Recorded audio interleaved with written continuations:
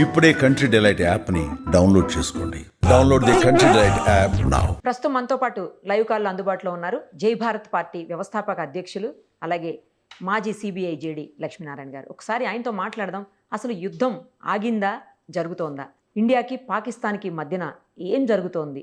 ఎవరెవరో ఎంటర్ అయ్యి ఏదేదో మాట్లాడుతున్నారు. అసలు ఏం జరుగుతుందనే దాని మీద ఎవ్వరికీ కూడా క్లారిటీ లేదు. ఒక్కసారి మనం లక్ష్మీనారాయణ గారితో మాట్లాడితే అందరికీ కూడా క్లారిటీ వచ్చేస్తుంది.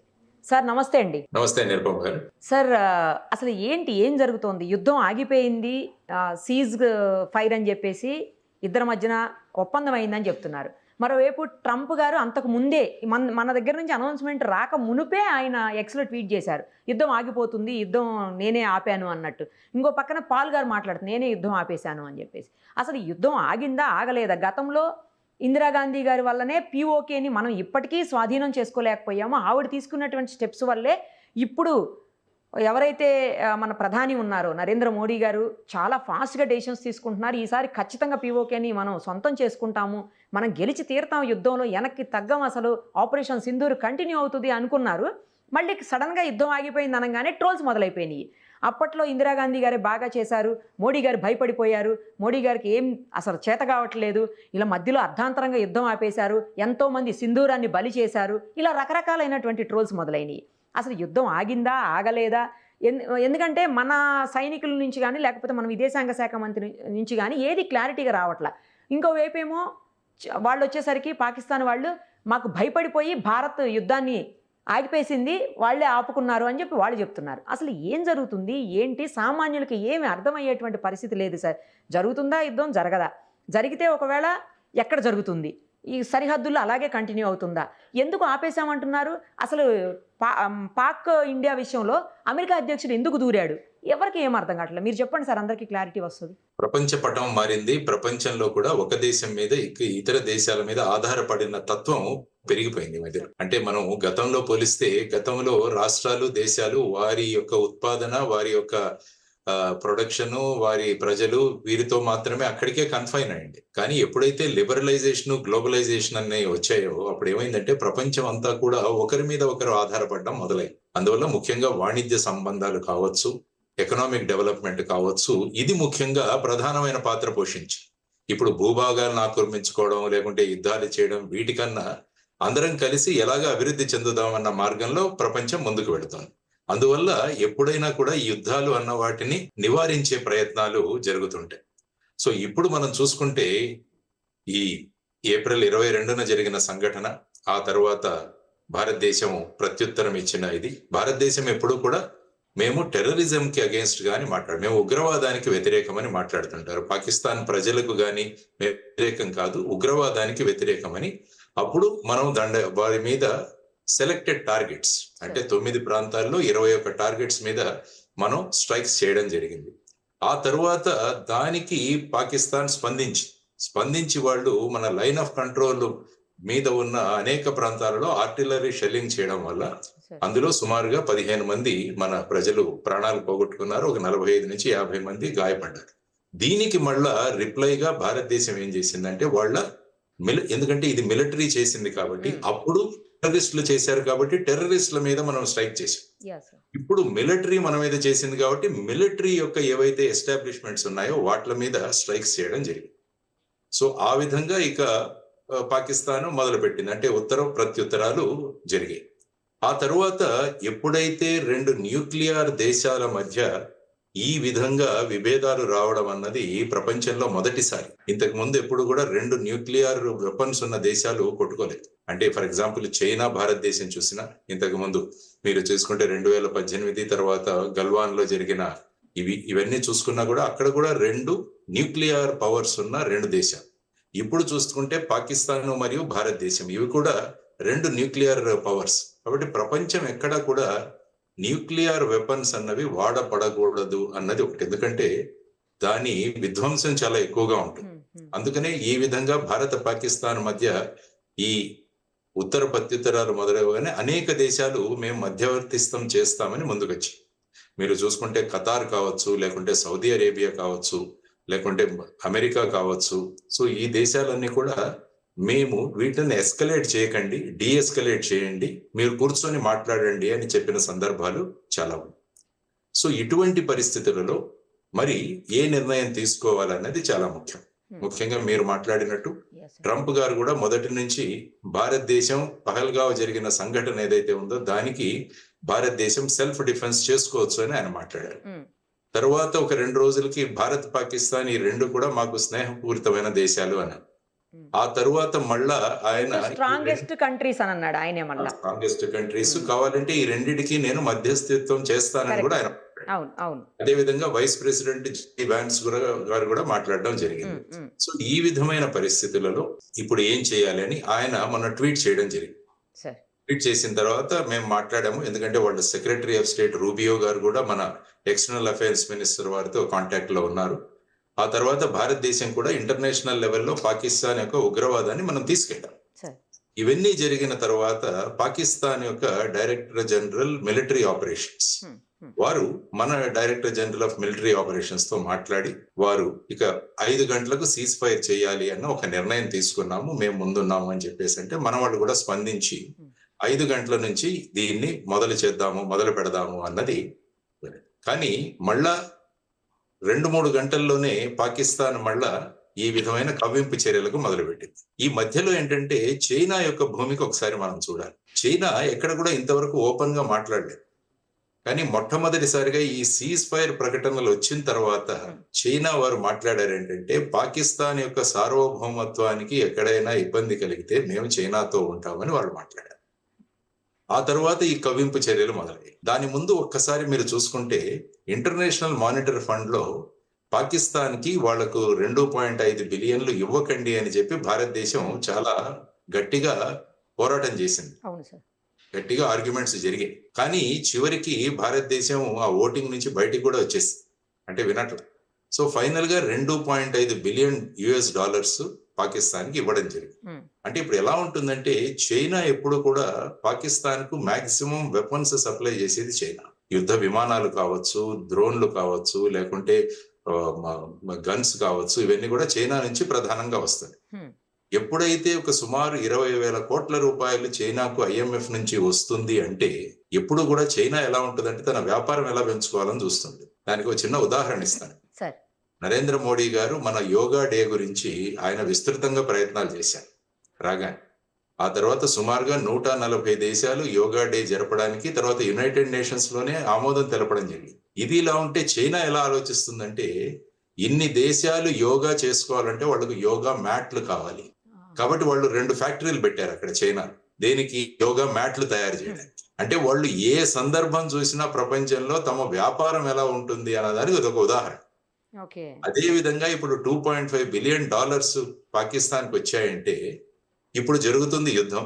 కాబట్టి దీనిలో మనం ఏ విధంగా వాళ్ళ దగ్గర నుంచి దీన్ని సంపాదించుకోవచ్చు అన్న విషయంలో వెంటనే వాళ్ళ స్టేట్మెంట్ ఇవ్వడం జరిగింది. సో ఆ విధంగా జరిగిన తర్వాత ఆ రోజు రాత్రి మళ్ళా నిన్న చూసుకుంటే ఏం పెద్ద ప్రధానంగా ఏమి పెద్ద చర్యలు జరగలేదు. ఈ రోజు మళ్ళా ఇప్పుడు ఒక ఐ థింక్ 11 అయింది, 12 గంటలకు మళ్ళా 2 director generals of military operations వాళ్ళిద్దరూ హాట్ లైన్ లో మాట్లాడుకోబోతున్నారు. ఇది ప్రస్తుతం ఉన్న పరిస్థితి. సీజ్ ఫైర్ అన్నది ఎప్పుడు కూడా ఉంటుంది, ఎందుకంటే ఏదో ఒక చర్చలు, ఏదో ఒక ఐస్ బ్రేకింగ్ కావాలి. ఎందుకంటే యుద్ధాలు మీరు చూసుకుంటే నేను ఇంతకు ముందు చెప్పినట్టు యుద్ధం మొదలు పెట్టడం సులభం కానీ దాన్ని ఎక్కడ ఆపాలో తెలియదు. ఇప్పుడు మీరు అనుకుంటే యుక్రెయిన్ రష్యా మధ్య 2014 నుంచి చిన్నవి మొదలయ్యాయి కానీ గత 2.5 సంవత్సరాల నుంచి ఆ యుద్ధం కొనసాగుతూనే ఉంది. చూడండి, సుమారుగా 17,000 మంది చనిపోయారు అక్కడ. సో ఆ విధమైన పరిస్థితులలో మరి ట్రంప్ గారు ఎంత చెప్పినా కూడా మళ్ళా ఈ సీజ్ ఫైర్ టాక్స్ అన్నవి జరుగుతాయా జరగవా అన్న ఒక దీంట్లో సంభ్రమంలోనే ఉన్నాం. కాబట్టి ప్రపంచంలో ఏ యుద్ధాలు తీసుకున్నా right from World War I నుంచి తీసుకున్నా కూడా ఎక్కడో ఒక చోట దీనికి సమాప్తం పలికి చర్చకు ఎక్కడో కూర్చోవాలి అన్నది ఒక విషయం ఎప్పటి నుంచో జరుగుతోంది. అది కాకుండా 2 న్యూక్లియర్ పవర్స్ ఉన్న 2 దేశాలు ఈ విధంగా కొట్టుకుంటూ పోతుంటే అవి ఎక్కడి వరకు వెళతాయి అన్నది మనం చెప్పలేనన్న ఈ సందర్భం. ఆ తర్వాత ఇక సోషల్ మీడియా గురించి మీకు తెలిసిందే, ఎందుకంటే దీన్ని సైకాలజీ థియరీలో థ్రిల్ సైకాలజీ అంటారు. థ్రిల్ సైకాలజీ అంటే ఏదో ఒక జరిగి మనకు థ్రిల్ రావాలి. అంటే ఇప్పుడు ఫర్ ఎగ్జాంపుల్ అభూత కల్పనలు ఉన్న సినిమాలు చూసినా కూడా మనం చాలా ఉత్తేజితులు అవుతాం. అంటే ఆ థ్రిల్ వస్తుంది మనకి. తర్వాత జనరల్ గా చాలా మందికి వార్ మాంగరింగ్ సైకాలజీ కూడా, అంటే యుద్ధం రావాలి మనం చూడాలి అన్న సందర్భంలో. సో వీరు ఏం చేశారంటే ఈ సోషల్ మీడియా లో విపరీతమైన ట్రోలింగ్ మీరు చెప్పినట్టు మొదలు పెట్టారు. ఈవెన్ మన విక్రమ్ మిస్త్రీ గారి నుంచి కూడా అతి దారుణంగా ట్రోలింగ్ జరిగింది. ఆయనైతే పాపం ఆయన అకౌంట్ ఆయనే స్టాప్ చేసేసుకున్నారు సార్, సీజ్ చేసుకున్నాడు ఆయన అకౌంట్ ఆయన. అంటే ఏమైందంటే ఈ విధమైన పరిస్థితులు ఉంటాయన్నమాట. అంటే సోషల్ మీడియా వచ్చాక ప్రతి ఒక్కరికి వాక్ స్వాతంత్రం ఉందని చెప్పేసి ఏదైనా మాట్లాడొచ్చు. ఇంకా ప్రాచుర్యం పొందడానికి ఎంత తిడితే అంత మేము ఫేమస్ అవుతాం అన్నది ఒక కొత్త కాన్సెప్ట్. సో ఆ విధంగా చూసుకుంటూ పోతుంటే పాపం విక్రమ్ మిస్త్రీ గారిని ట్రోల్ చేస్తే ఈవెన్ ఐఏఎస్ ఐపీఎస్ అసోసియేషన్ కూడా మేము మీతో ఉన్నాము అని చెప్పి వారు ప్రకటన చేయడం జరిగింది. ఆ తర్వాత మీరు చూసుకుంటే, ఎందుకంటే మిస్త్రీ గారు తన సొంత అభిప్రాయాలను అక్కడేం వ్యక్తం చేయట్లేదు, ఆయన వ్యక్తం చేస్తుంది ప్రభుత్వం యొక్క అభిప్రాయాలని. ఆయన వచ్చి ఒక స్పోక్స్ పర్సన్ గా ఆయన మాట్లాడతారు. సో ఈ విధంగా ఇద్దరు, వ్యోమికా సింగ్ కావచ్చు, ఈ అమ్మాయి కురేషి కావచ్చు, వీరు కూడా ప్రభుత్వం యొక్క విధానాలను, ఆర్మీ విధానాలను వాళ్ళు ప్రజలకు తెలియజేయాలి. లేకుంటే టీవీ ఛానల్స్ లో రకరకాల వార్తలు వస్తుంటాయి కాబట్టి నిజం ఏంటి సత్యం ఏంటి అని తెలియడం కూడా చాలా ముఖ్యం. సో ఆ విధంగా వాళ్ళు మాట్లాడుతున్నారు. సో ఇప్పుడు మీరు అన్నట్టు 1971 కంపారిజన్ జరుగుతుందని మీరు అన్నారు. 1971 కంపారిజన్ అంటే మనం బంగ్లాదేశ్ లిబరేషన్. యాక్చువల్ గా బంగ్లాదేశ్ యుద్ధం అన్నది ఆల్మోస్ట్ 6 నెలల పూర్వం మొదలైంది. అప్పుడు శామ్ మానిక్ షా గారని, he was the general of Indian army. ఇప్పుడు ఇందిరాగాంధీ గారు వారిని పిలిచి వెంటనే మనము బంగ్లాదేశ్ లోకి వెళ్ళాలి అంటే ఆయన నేను వెళ్ళను అన్నారు. ఎందుకంటే బంగ్లాదేశ్ కు వెళ్ళడానికి చాలా మనము సిద్ధం అవ్వాలి ఇప్పుడు. ఎందుకంటే చాలా నా ఆర్మీ అంతా కూడా వెస్ట్ బెంగాల్ మిగతా రాష్ట్రాల్లో డిప్లాయ్, వీళ్ళందరినీ కూడా నేను పోగు చేయాలి. తరువాత వచ్చేసి ఇది మనము ధాన్యాన్ని అనేక ప్రాంతాలకు పంపించే సమయం కాబట్టి వాటన్నిటిని ఆపేసి సైనికులను అక్కడ మూవ్ చేయాలి. తరువాత బంగ్లాదేశ్ లో ఇప్పుడు ఈ వర్షం రాబోతుంది, వర్షకాలంలో మనం వెళ్ళి అక్కడ చిక్కుకుంటామని ఆయన చెప్పి సుమారుగా 6 నెలల తర్వాత అక్కడికి వెళ్ళారు. వెళ్ళిన తర్వాత 14 రోజుల్లో ఆ యుద్ధం ముగిసింది. సుమారుగా 94,000 మంది ప్రిజనర్స్ ఆఫ్ వార్ పట్టుకోవడం జరిగింది. ఆ తర్వాత జరిగింది. అక్కడ ఏంటంటే ముఖ్యంగా బంగ్లాదేశ్ లో అక్కడి ప్రజలు ప్రభుత్వానికి వ్యతిరేకంగా తిరుగుబాటు చేశారు. ముజిబుర్ రెహమాన్ వారి అధ్యక్షతన అక్కడి ప్రజలు వారు తిరుగుబాటు చేశారు. అలా తిరుగుబాటు చేస్తున్న ప్రజలకు మనం వెళ్ళి మద్దతు ఇచ్చాం. అప్పుడు ఏంటంటే అది సులభమైంది మనకి. ఇప్పుడు అదే మీరు పాకిస్తాన్ ఆక్యుపైడ్ కాశ్మీర్ లోకి వస్తే అలాంటి తిరుగుబాటు లేదు. అలాంటి తిరుగుబాటు అన్నది ఓపెన్ గా లేదు. సపోజ్ అలాంటి తిరుగుబాటు వచ్చినప్పుడు మనం వెళ్ళి వాళ్లకు మద్దతు ఇస్తే అప్పుడు ఏమవుతుందంటే దాన్ని తీసుకునే అవసరం. ఇప్పుడు ఏమాత్రం అక్కడ చూసుకుంటే మీరు ఒక్కసారి పిఓకే గురించి ఆలోచిస్తే, యాక్చువల్ గా మనకు హరి సింగ్ గారు ఆ హిస్టరీ తెలుసు మీకు, పిఓకే ఎలా సంభవించిందని. ఆ తర్వాత జనవరిలో మనం యునైటెడ్ నేషన్స్ కి ఈ సమస్యను తీసుకువెళ్ళడం జరిగింది అప్పటి ప్రధాని జవహర్ లాల్ నెహ్రూ గారు. ఆ తర్వాత ఏప్రిల్లో ఒక రిజల్యూషన్ 47 అని ఒకటి పాస్ చేశారు. ఆ రిజల్యూషన్ 47 లో ఏముందంటే పాకిస్తాను ఆక్రమిత భాగాల నుంచి వాళ్ళ సైన్యాలను తీసుకుని తగ్గించాలి, వాళ్ళ వెనక్కి వెళ్ళిపోవాలి. రెండవది వచ్చేసి భారతదేశం అక్కడ కొంత లిమిటెడ్ సంఖ్యలో అక్కడ వాళ్ళ ఆర్మీని డిప్లాయ్ చేయాలి. మూడవది ఆ ప్రాంతంలో ఒక ప్లెబిసైట్ నిర్వహించాలి, అంటే ప్రజల యొక్క అభిప్రాయం సేకరించి దాన్ని బట్టి నిర్ణయం తీసుకోవాలని జరిగింది. కానీ పాకిస్తాన్ సైన్యాలు అక్కడ నుంచి తప్పుకోలేదు.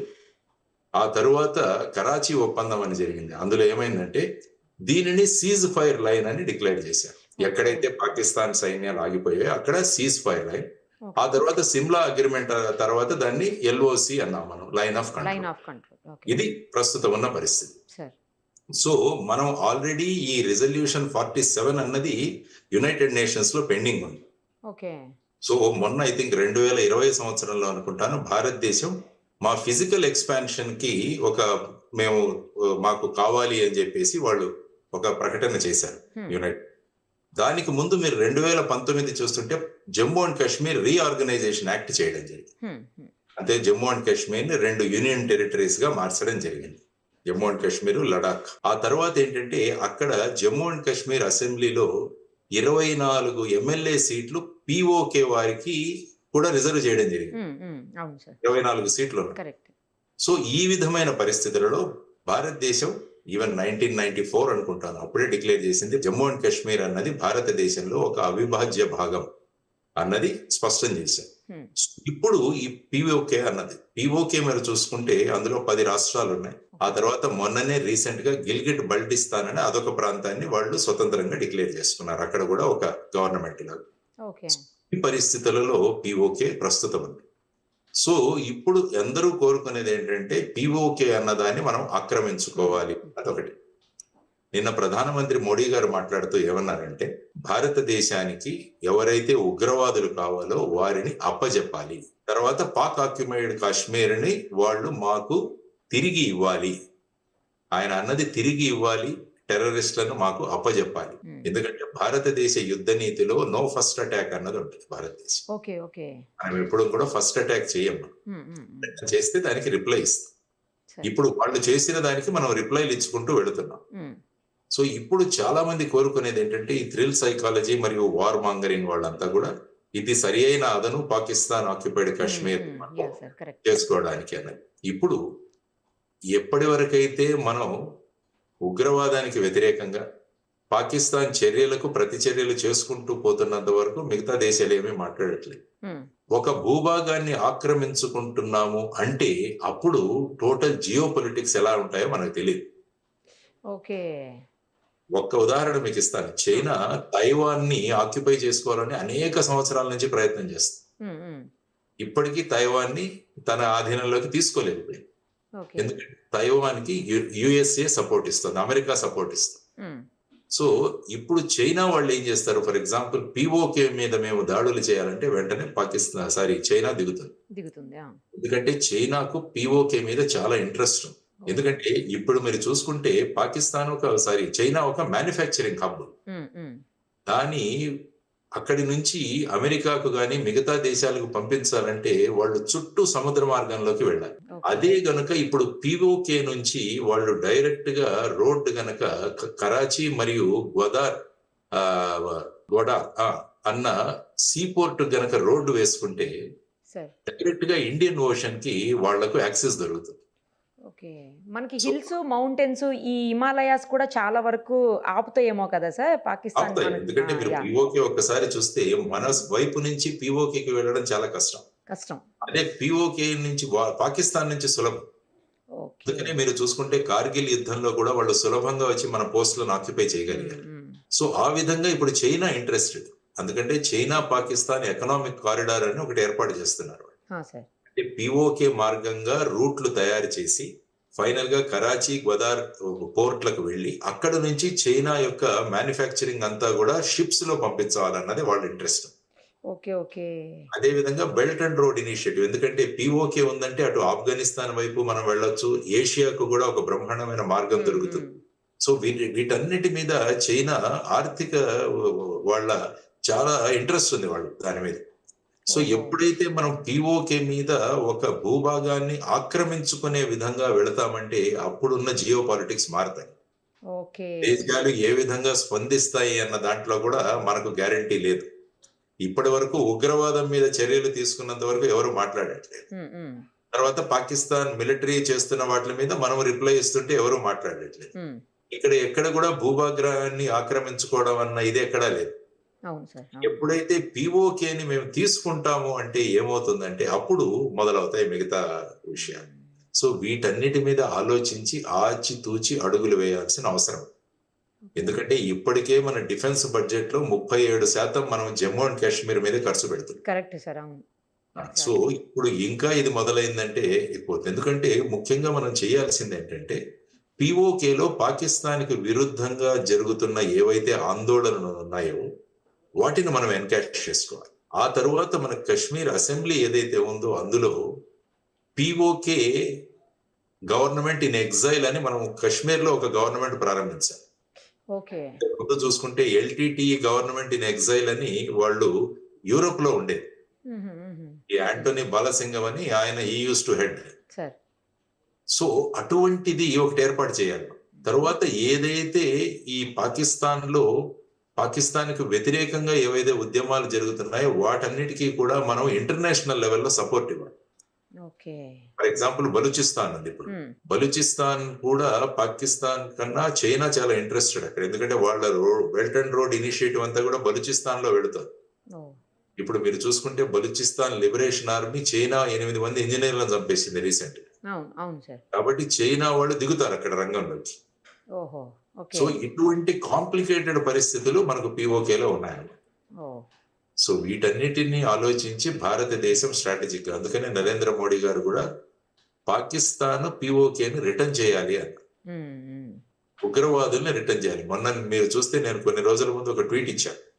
ఆ ట్వీట్ లో కూడా నేను చేసింది ఇదే.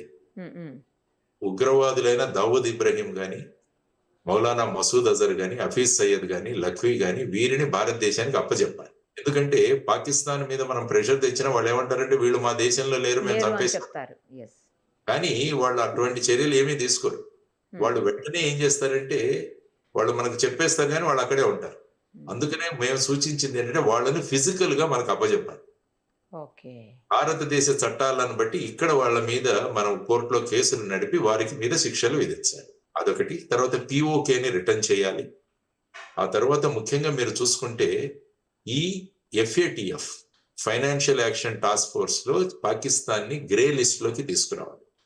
వాళ్ళు ఉగ్రవాదం మీద చర్యలు తీసుకునేంత వరకు ఇది FATF లో పెడితే వాళ్ళకు వచ్చే ఈ శాంక్షన్స్ ఏవైతే ఉంటాయి, అంటే వాళ్ళకు వచ్చే ఆర్థిక సహాయం ఏదైతే ఉంటుందో దాని మీద అంత సులభంగా అవ్వదు. సో ఈ చర్యలన్నీ తీసుకోవాలి అన్నది ప్రధానంగా మేము సూచించిన విధానం. కాబట్టి నిన్న మోడీ గారు కూడా ఉగ్రవాదులను మాకు అప్పజెప్పాలన్నారు. ఆ తర్వాత వచ్చేసి పాకిస్తాన్ ఆక్యుపైడ్ కాశ్మీర్ ను మనకు రిటర్న్ చేయాలి అని వారు అన్నారు. సో ఇప్పుడు మనం అర్థం చేసుకోవాల్సింది అంటే ప్రజలు ఇది ఆవేశాలకు వీటిలకు వెళ్లాల్సిన సందర్భం కాదు. ఎందుకంటే మనం ఎలాగుంటామంటే మనకు పెద్ద విషయం తెలియకపోయినా కూడా మనం సలహాలు ఇస్తుంది. ప్రజలు ఎమోషన్స్ తో మాట్లాడుతుంటారు. ఎక్కడైనా ఈ T20 మ్యాచ్లు జరుగుతున్నప్పుడు అప్పట్లో జరిగినప్పుడు సచిన్ తెందూల్కర్ అవుట్ అవగానే ఇక్కడ చూస్తున్న వాళ్ళు చాలా మంది ఆ షాట్ ఆడకుండా ఉండాల్సింది, దాన్ని పక్కకు డిఫ్లెక్ట్ చేసి ఉండాల్సింది, దాన్ని డిఫెన్స్ గా ఆడాల్సింది. ఇలా అతను పారంగతుడు, అందులో నిష్ణాతుడు క్రికెట్ లో. ఏమీ తెలియని వాళ్ళు మనం ఇక్కడ కూర్చొని సలహా ఇస్తుంటాం. ఇప్పుడు సోషల్ మీడియా కూడా అదే ప్లాట్ఫామ్. మనకు అక్కడ జరిగే జియో పాలిటిక్స్ తెలియవు, మిగతా అక్కడ ఉన్న ప్రపంచ దేశాల యొక్క మన ఆర్థిక పరిస్థితి ఎలా ఉంది, మన ఆర్థికంగా ముందుకు వెళ్ళాలంటే ఇది ఎలాగా మనకు అబ్స్ట్రక్షన్ అవుతుంది, ఇదేమీ ఆలోచించరు. కానీ ఆ thrill psychology and war mongering సైకాలజీతో మీరు చెప్తున్నట్టు ఆ ట్వీట్లు కానీ లేకుంటే ఈ సోషల్ మీడియా పోస్టులు కూడా, ఎప్పుడైనా సమర్థవంతమైన నాయకత్వం ఉన్నప్పుడు నిర్ణయం తీసుకునే అధికారం వాళ్ళకి ఇవ్వాలి. అందుకని ఇప్పుడు మీరు చూసుకుంటే కాంగ్రెస్ వారు కూడా ఒక స్పెషల్ సెషన్ ఒకటి ఏర్పాటు చేయాలని అడుగుతారు పార్లమెంట్, చర్చి ఇందులో అనేక విషయాలు చర్చిద్దామని వాళ్ళు అంటున్నారు. కాబట్టి ఆ దిశగా, ఎందుకంటే పాకిస్తాన్ అసెంబ్లీ కూడా వాళ్ళు కూడా అసెంబ్లీ అయ్యారు. అవును సార్. ఇక్కడ కూడా జరిగి ఏ విధంగా మీరు యుద్ధం ప్రారంభించినప్పుడు ఏ విధంగా ఆల్ పార్టీ మీటింగ్ పిలిచారో, సీజ్ ఫైర్ గానీ చర్చలు ఈ సందర్భంగా కూడా అందరినీ కాన్ఫిడెన్స్ లోకి తీసుకుని మీరు ముందుకు వెళ్ళాలి అన్నది కూడా వాళ్ళ దగ్గర నుంచి డిమాండ్ వస్తుంది. సబబైన demand, there is no doubt. అందరం కలిసి ఉన్నాం ఇంతవరకు, దీన్ని ముందుకు ఎలా తీసుకువెళ్లాలన్న దాంట్లో కూడా అందరం కలిసి కనుక నిర్ణయం తీసుకుంటే బాగుంటుంది అన్నది ఒక చర్చ జరుగుతుంది. కాబట్టి మీ ద్వారా ఈ సోషల్ మీడియాలో స్పందిస్తున్న వాళ్ళు అనవసరంగా వీళ్లను అటు మిస్త్రీ గారు కానీ, ఇటు ఖురేషీ గారు కానీ, లేకుంటే వ్యోమికా సింగ్ గారు కానీ వీళ్లను ట్రోల్ చేయడం, ఇలాంటివన్నీ కూడా తర్వాత ప్రధాని గారిని ట్రోల్ చేయడం, ఇవన్నీ కూడా అసలు. కాబట్టి ఇప్పుడు ఏం చేయాలంటే ప్రభుత్వం కూడా ఇలాంటి ట్రోలర్స్ ని ఒక 10 మంది మీద యాక్షన్ తీసుకోవాలి. వెంటనే ఎవరో పట్టుకొని వాళ్ళని కనుక చర్యలు తీసుకుంటే తర్వాత వీటిని ఆధార్ కూడా లింక్ చేసి పెట్టాలి. రిజిస్టర్ చేసినప్పుడు ఎవరెవరు వీళ్ళు ఉన్నారని వాళ్ళ, ఎందుకంటే చాలా మంది భయపడి వాళ్ళ వేరే పేర్లతో జాయిన్ అయిపోతారు. అన్ని ఫాల్స్ డీటెయిల్స్ ఇచ్చేసి వాడు జాయిన్ అవుతాడు. రేపు ఎక్కడైనా ట్రేస్ చేయాలన్నా కూడా కష్టం అవుతుంది. ఈ విధమైన టాక్టిక్స్ తో వెళుతున్నారు. ఆ తర్వాత మనం పాకిస్తాన్ సోషల్ మీడియాను కూడా మనం రూల్ అవుట్ చేయలేం. ఎందుకంటే వాళ్ళు ఎక్కడ కూర్చొని కూడా భారతదేశాన్ని రెచ్చగొట్టచ్చు మళ్ళీ. ఎందుకంటే భారతదేశం ఆర్థికంగా ముందుకు వెళ్ళకూడదు అన్నది పాకిస్తాన్ యొక్క కుట్ర. దానికోసం ఇలా సోషల్ మీడియాలో ఈ విధంగా ప్రధానిని గాని మిగతా వాళ్ళని గాని నిరుత్సాహపరుస్తూ ఈ విధంగా చేస్తే ఏమవుతుందంటే మళ్ళా ఒక సైకలాజికల్ రోడ్ బ్లాక్ ఏర్పడే ప్రమాదం. సో వాటి మీద ఇది పాకిస్తాన్ యొక్క చర్య కూడా అని భావించవచ్చు. కరెక్ట్ సార్ మీరు అన్నది. ఎస్, ఎందుకంటే సోషల్ మీడియాలో ఎక్కడి నుంచైనా మనం ఇప్పుడు పెట్టొచ్చు కామెంట్స్ ఏమన్నా. Correct correct correct. భారతదేశంలో ఉన్న వాళ్ళే పెట్టాలని లేదు. సో ఇదంతా కూడా ఈ సైబర్ వారు, సైవారు అంటే సైకలాజికల్ వార్ఫేర్ జరుగుతుంటది మోస్ట్. ఇందులో ఒక భాగమే. కాబట్టి ప్రజలందరూ కూడా ప్రభుత్వం యొక్క స్టేట్మెంట్ ఏదైతే వస్తుందో దానికోసం చూస్తూ ప్రభుత్వం తీసుకునే నిర్ణయం అన్నది అనేక విషయాలను పరిగణలోకి తీసుకునే ఒక నిర్ణయం. కాబట్టి నిర్ణయానికి మనం ఉంటాం ఎప్పుడు కూడా. ఈవెన్ పార్లమెంట్ లో కూడా ఖచ్చితంగా మోడీ గారు, అమిత్ షా గారు ప్రకటించారు, పాక్ ఆక్యుపైడ్ కాశ్మీర్ అన్నది భారతదేశం భూభాగం అని వాళ్ళు స్పష్టంగా చెప్పారు. దాన్ని ఎలా తీసుకురావాలి అన్నది వాళ్ళకు వదిలేద్దాం, నిర్ణయం తీసుకుంటారు. అందుకనే 24 సీట్లు పిఓకేవి జమ్మూ అండ్ కాశ్మీర్ అసెంబ్లీలో వాళ్ళు ఇచ్చారు. అవును సార్. ఇవన్నీ తీసుకుంటే దాని వెనుక ఉద్దేశం ఏంటో మనకు తెలుస్తుంది. దాన్ని ఎలా తెచ్చుకోవాలి అన్నది మన స్ట్రాటజీ మీద ఆధారపడి. War is always a last option. ఎందుకంటే మీరు ప్రపంచ చరిత్రలో ఉన్న యుద్ధాలు తీసుకుంటే లక్షల మంది చనిపోయారు యాక్చువల్గా చూసుకుంటే, వారి నుంచి చూసుకుంటే. కాబట్టి అటువంటివి రాకుండా తర్వాత వచ్చేసి మన ఎకనామిక్ ప్రోగ్రెస్, మన ఆర్థికంగా మన పురోగతి కూడా, అది కూడా ఎక్కడా కూడా ఆగిపోకూడదు అన్నది కూడా ఒకటి. సో వీటన్నిటిని పరిగణలోకి తీసుకొని ప్రజలు సంయమం పాటించి ప్రభుత్వ నిర్ణయాలను మీరు పాజిటివ్ గా మీరు సలహాలు ఇవ్వండి. There is no doubt. Positive సలహాలు ఇవ్వండి. రెచ్చగొట్టే ధోరణిలో ఈ విధంగా సైకలాజికల్ గా ఈ విధంగా చేయడము, లేకుంటే ట్రోల్ చేయడం అన్నది మానుకోవాలి అన్నది మనం అందరం కూడా గమనించాల్సిన విషయం. సార్ ఇప్పుడు మీరన్నట్లు పాక్ ఆక్యుపైడ్ కాశ్మీర్ ఏదైతే ఉందో అది మన భూభాగం, మన దేశానికి సంబంధించింది, మనది. అది మనది మనం తీసుకుంటుంటే ఈ ఇతర దేశాలకి, సంబంధం లేని దేశాలకి ఎందుకు సార్ అంత బాధ? అంటే అంత స్వార్థమా వాళ్లకు? నాకు అర్థం కావట్లేదు. అంటే ఏంటంటే మనము యునైటెడ్ నేషన్స్ కు వెళ్ళాం. 1948వ సంవత్సరంలో యునైటెడ్ నేషన్ కి తీసుకువెళ్ళాను. యునైటెడ్ నేషన్స్ వాళ్ళు ఏమన్నారంటే దానికి ఒక విధానం ప్రవేశపెట్టారు. అక్కడ ఒక ప్లెబిసైట్ జరపాలి అన్నారు. సో ఇప్పుడు ఈ భూభాగాన్ని ఎలా తీసుకోవాలి అన్న దాని మీద ఆధారపడి మన భూభాగమే. There is not. వాళ్ళు కూడా అంటున్నారు అది మాది ఆజాద్ కాశ్మీర్ అంటారు వాళ్ళు, అది మా భూభాగం అంటారు. సో వాళ్ళు ఏమంటారంటే ఇది మా భూభాగం అంటారు, మనం అంటాం ఇది మా భూభాగం. కాబట్టి దీని మీద ఒక కాన్ఫ్లిక్ట్ ఉంది అక్కడ. ఆ భూభాగం గురించి ఒక కాన్ఫ్లిక్ట్ ఉంది. కాబట్టి ఈ కాన్ఫ్లిక్ట్ ని మనం ఎలా చేయాలి అన్న దాని గురించి ఒకటి ఆధారం.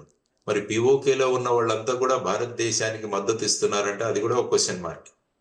అందుకని నేను బంగ్లాదేశ్ ఉదాహరణ ఎందుకు ఇచ్చానంటే అక్కడ పాకిస్తాన్ సైన్యానికి వ్యతిరేకంగా ఒక తిరుగుబాటు జరిగింది.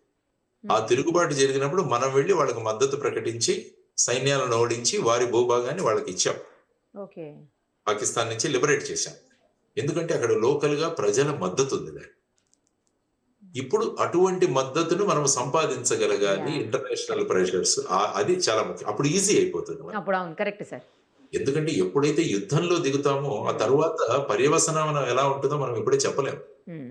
ఇప్పుడు డైరెక్ట్ గా చైనా దిగుతుందా రంగంలోకి, మరి ఇంకా ఎవరెవరు దిగుతారు, ఇవన్నీ కూడా వస్తాయి పరిగణ. సో ఆ విధమైన పరిస్థితులలో దాన్ని వెనక్కి ఇచ్చేయాలి అని ప్రధానమంత్రి గారు ఏదైతే అన్నారో అది కరెక్ట్. ఆయన స్పష్టంగా చెప్పారు. జేడీ వ్యాన్స్ గారికి కూడా వారి ఇచ్చిన తర్వాత మన ఆర్మ్డ్ ఫోర్సెస్ కి స్పష్టంగా ఇచ్చారు. వహాసే గోలీ ఆయతో యహాసే హమ్ గోలీబార్ కరేంగే, గోలాబార్ కరేంగే. అంటే మీరు అక్కడి నుంచి తూటాలు పంపిస్తే మేము బాంబులు వేస్తామన్నారు. సో ఆ విధంగా స్పష్టంగా ఆయన సూచన ఇచ్చారు. ఎందుకంటే డిఫెన్స్ ఫోర్సెస్ యొక్క మొరేల్ కూడా మెయింటైన్ చేయడం చాలా అవసరం. ఎందుకంటే వాళ్ళు ఫీల్డ్ లో ఉంటారు, ఆ బార్డర్ లో ఉంటారు. సో వాళ్ళకు కూడా అక్కడ జరుగుతున్న చర్యలకు మనం కౌంటర్ చర్యలు చేయండి అని మనం స్పష్టంగా ఇవ్వాల్సిన అటువంటి డైరెక్షన్స్ స్పష్టంగా ఇవ్వడం జరిగింది. సో ఇప్పుడు మిగిలిన ప్రశ్న పాక్ ఆక్యుపైడ్ కాశ్మీర్ ని ఏం చేయాలి, తర్వాత ఇప్పుడు జరుగుతున్న వాటిని ఏ విధంగా ముందుకు తీసుకువెళ్ళాలి అన్న దాని గురించి ఇప్పుడు చర్చ జరుగుతుంది. చూద్దాం 12 గంటలకు ఏమవుతుందో. Directorate general of military operations మధ్య జరిగే సంభాషణలు, చర్చలు అంటే పాకిస్తాన్ వాడు వాళ్ళ వ్యూ పాయింట్స్, భారతదేశం మన వ్యూ పాయింట్స్ రెండు అక్కడ ఉంచుతాం. ఆ తర్వాత సీజ్ ఫైర్ ఎక్స్టెండ్ అవుతుందా, సీజ్ ఫైర్ వైలేషన్ అయితే మళ్ళా మనం దానికి ప్రత్యుత్తరం ఇస్తాం. There is no doubt. కాబట్టి ఎప్పుడు కూడా ఇప్పుడు the ball is in Pakistan court. వాళ్ళు ధ్వంసం కావాలనుకుంటున్నారా, భారతదేశం సిద్ధంగా ఉంటుంది, అది వాళ్ళ చేతుల్లో. సో వాళ్ళు ఏం నిర్ణయం తీసుకుంటారన్న దాని మీద ఆధారపడి ఉంటుంది. ఆ తర్వాత చర్చలు ఏవైతే జరుగుతాయో ఆ చర్చల సందర్భంగా భారతదేశం ఏ పాయింట్లు ముందు ఉంచబోతుంటుంది అన్నది కూడా చూడాలి. సో దాని మీద ఈ పర్మనెంట్ పీస్ ఏదైతే ఉందో ఈ ప్రాంతంలో అది ఆధారపడి ఉంటుంది. దానికి సమయం పడుతుంది. అంత త్వరగా ఏదో మనం ఇంటి పక్క ఉన్న వాళ్ళ గొడవలే చాలా రోజులు పడతాయి, సంవత్సరాలు పడతాయి సార్. సంవత్సరాలు పడతాయి. కోర్టులకు వెళ్తారు, అవుతాయి అవన్నీ. అవును. ఇది దేశానికి సంబంధించిన పెద్ద ప్రశ్న. కాబట్టి ఈ ప్రశ్న 2 రోజుల్లో T20 క్రికెట్ మ్యాచ్ లాగా లేదంటే IPL లాగా ఒక నెలలో అయిపోవాలి, 20 ఓవర్లో అయిపోవాలనుకుంటే కుదరదు. అంతా కూడా చర్చలు జరగాలి. అంతర్జాతీయంలో ఉన్న దేశాలన్నిటి కూడా వాటిలో మద్దతును కూడగట్టుకోవాలి. ఆ తర్వాత లోకల్ ప్రజల యొక్క మద్దతును కూడా మనం కూడగట్టుకోవాలి. ఎందుకంటే అక్కడ ఉగ్రవాద కార్యక్రమాలు చాలా జరుగుతున్నాయి. అక్కడ వాళ్ళు బేసిక్ గా POK ఉన్న ప్రజలను చాలా మందిని యాంటీ ఇండియన్ గా తయారు చేసి పెట్టున్నారు వాళ్ళు ఆల్రెడీ, వాళ్ళ యొక్క ఉనికి కోసం. వాళ్ళను మళ్ళా బ్రెయిన్ వాష్ చేసి మనం వాళ్ళని మళ్ళా మన సైడ్కి తెచ్చుకోవాలి. దానికి ప్రభుత్వం చేయాల్సింది ఏంటంటే కశ్మీర్ను బ్రహ్మాండంగా డెవలప్ చేయాలి. ఎప్పుడైతే కశ్మీర్ ప్రాంతం బ్రహ్మాండంగా అభివృద్ధి చెందుతుందో అదే ప్రక్రియలో ఉన్నాం. అప్పుడు ఏమవుతుందంటే ఇక్కడ ఈర్ష్య మొదలవుతుంది POKలో ఉన్న వాళ్ళకి. వాళ్ళు ఇంత చక్కగా ఉన్నారు, మనం భారతదేశంలో వెళ్ళిపోతే బాగుంటుంది కదా అని ఒక్క బీజాన్ని మనం నాటాలి. అప్పుడు ఏమవుతుందంటే మనకు ఏ విధంగా బంగ్లాదేశ్ లో విప్లవం జరిగిందో ఆ విధంగా అక్కడ కూడా వాళ్ళు ఉద్యమిస్తున్నప్పుడు అప్పుడు మనం వాళ్ళకి సపోర్ట్ చేస్తే దాన్ని ఈజీగా మన భూభాగంలో కలుపుకోవడానికి ఆస్కారం. కాబట్టి ఈ విధమైన గేమ్ ప్లాన్ అన్నది భారతదేశం అమలు చేయాలన్నది మనం అనుకుంటున్న విషయం. సార్, ఇప్పుడు 1971లో వార్ జరిగినప్పుడు 1,00,000 మంది పైగా చనిపోయారని అంటున్నారు. నిజమేనా సార్? అది సోషల్ మీడియాలో వైరల్ అవుతుంది, కరెక్టేనా? 1,00,000 కాదు, సుమారుగా 15 లక్షల దాకా. ఎందుకంటే 6 నెలలు జరిగింది. 1,00,000 మంది సైనికులే చనిపోయారని అంటున్నారు సార్, నిజమా? యాక్చువల్ గా మనం పట్టుకుంది సుమారుగా 94,000 మంది సైనికులను మనం తీసుకున్నాం. అక్కడ ఏంటంటే పాకిస్తాన్ జులుం చెలాయించింది. పాకిస్తాన్ జులుం చెలాయించింది, అక్కడ ప్రజలను చంపేసింది. సుమారుగా 1.5 మిలియన్ చనిపోయారని నేను అక్కడ చదివాను. చాలా మంది ఇటువైపు వచ్చేసారు. బంగ్లాదేశ్ ఈస్ట్ పాకిస్తాన్ వదిలేసి ఇటు సైడ్ భారతదేశానికి వచ్చిన వాళ్ళు, నార్త్ ఈస్ట్ కి వెళ్ళిపోయిన వాళ్ళు చాలా మంది ఉన్నారు. ఈ విధంగా చూసుకుంటే భారతదేశం అక్కడ ఉన్నది 14 రోజులు భారతదేశం తర్వాత పాకిస్తాన్ సైన్యాలకు యుద్ధం జరిగింది. సో అందులో కూడా నష్టాలు జరిగాయి, దేర్ ఇస్ నో డౌట్. భారతదేశ సైన్యం ముందు నిలవలేక వారు సరెండర్ అయిపోయారు. అప్పుడు ఈస్ట్ పాకిస్తాన్ అంటే బంగ్లాదేశ్, ఇప్పుడు బంగ్లాదేశ్ పరిస్థితి చూస్తున్నాం మనం ఏంటో. మళ్ళీ వాళ్లే భారతదేశానికి విరుద్ధంగా మాట్లాడుతున్నారు. ఇది కూడా మళ్ళా Pakistan game plan, Pakistan China game plan ఇదంతా కూడా. ఎందుకంటే భారతదేశ చుట్టూ ఉన్న పరిసరాలను ఈ విధమైన గేమ్ ప్లాన్ తో భారతదేశానికి వ్యతిరేకంగా తయారు చేయాలన్నది వాళ్ళ గేమ్ ప్లాన్. ఈవెన్ శ్రీలంక చూసినా కూడా ఆ విధంగా తయారు చేసే ప్రయత్నాల్లో ఉన్నారు వీళ్ళంతా. సో ఇది కూడా మనం జాగ్రత్తగా హ్యాండిల్ చేయాలి. బికాస్ ఫస్ట్ మనం ఇంటి చుట్టుపక్కల ఉన్న వాళ్ళని మన ఫేవర్ గా తెచ్చుకోవాలి. ఆ తర్వాత ఇంటి గెలిచి కాబట్టి ఇంట గెలిచి రచ్చగెలవంటారు. కాబట్టి ముందు మన దగ్గర ఉన్న వాళ్ళందరినీ కూడా మన దీంట్లో తీసుకోవాల్సిన అవసరం ఉంది. ఆ విధంగా మన ప్రధానమంత్రి గారు కానీ విదేశాంగ వ్యవహారాల మంత్రి కానీ వాళ్ళు ముందుకు తీసుకెళ్తున్నారు దేశాన్ని. సో ఆలోచించి వాళ్ళకు మద్దతుగా ఉందాం. కాబట్టి ఈ ట్రోలింగ్స్ ఇవన్నీ ఆపి ప్రభుత్వ నిర్ణయాలకు మనం మద్దతునిస్తూ ముందుకు వెళదామన్నది నా సూచన.